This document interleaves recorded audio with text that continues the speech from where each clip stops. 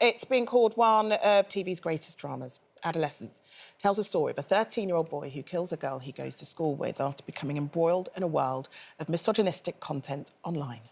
Every single actor in that programme is just a masterclass in the craft. They're incredible.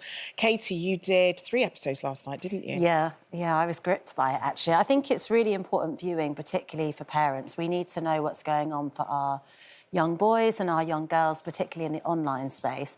I think, actually, it's probably the first drama of its kind to really highlight this culture that is happening as a result of people like... What culture do you think? It's a different type of misogyny led by people like Andrew Tate, where, you know, we get young boys who are feeling hopeless and angry and frustrated, and he's offering them what he calls a solution. He's creating this culture on platforms like Instagram and TikTok. He's creating subscription services that encourage the behaviour that you see in this drama that resulted in a young girl being murdered.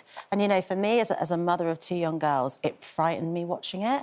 And then I thought also, if I had a son, how I would feel, how vulnerable that boy would be online, up in his bedroom. You know, we worry so much about our kids walking to the shop and going out and about. But are we really knowledgeable about the dangers in the online world? Yeah, we sort of teach our kids how to cross the road safely. We teach them, you know, that we don't have open flames in the house, don't just light candles, what have you, you have fire alarms.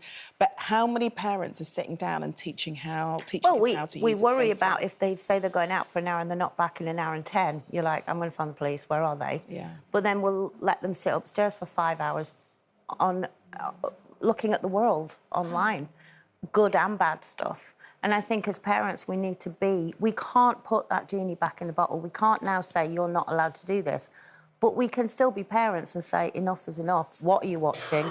See, I totally agree with that. But then the opposite is you can have the best parents in the world who are giving the right messages. And yet, you know, I don't have teenagers in my family at the moment, but I don't do social media.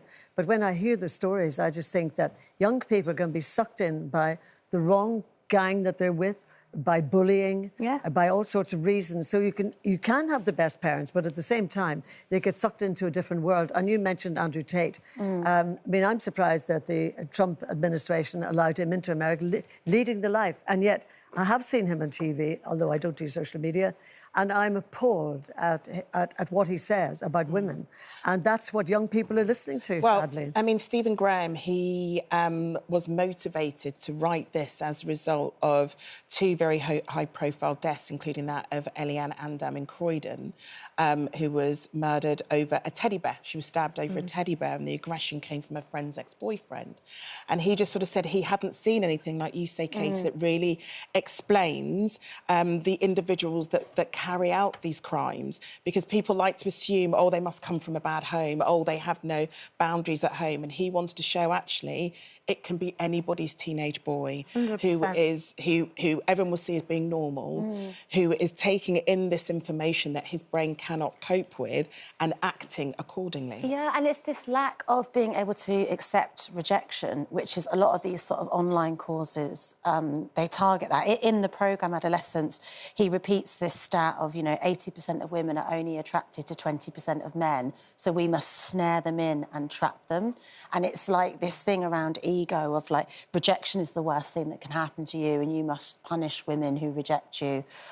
It's this completely skewed look at what love and intimacy is and what relationships should be, and it's being normalised. And is it a parent's responsibility to talk through safer relationships, how to behave in a relationship, how to deal with rejection? Is it a parent's role to teach that to the children, or should they be learning that at school?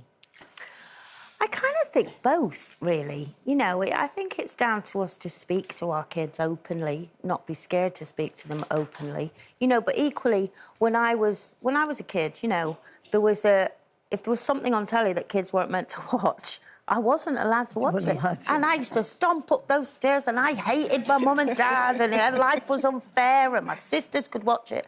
But now, as a parent, I think they were right. I shouldn't have been watching that. I shouldn't have been watching something that was violent or misogynistic or anything like that at a certain age. And I think it's a bit frightening, sorry, that there's so much social media in the bedroom.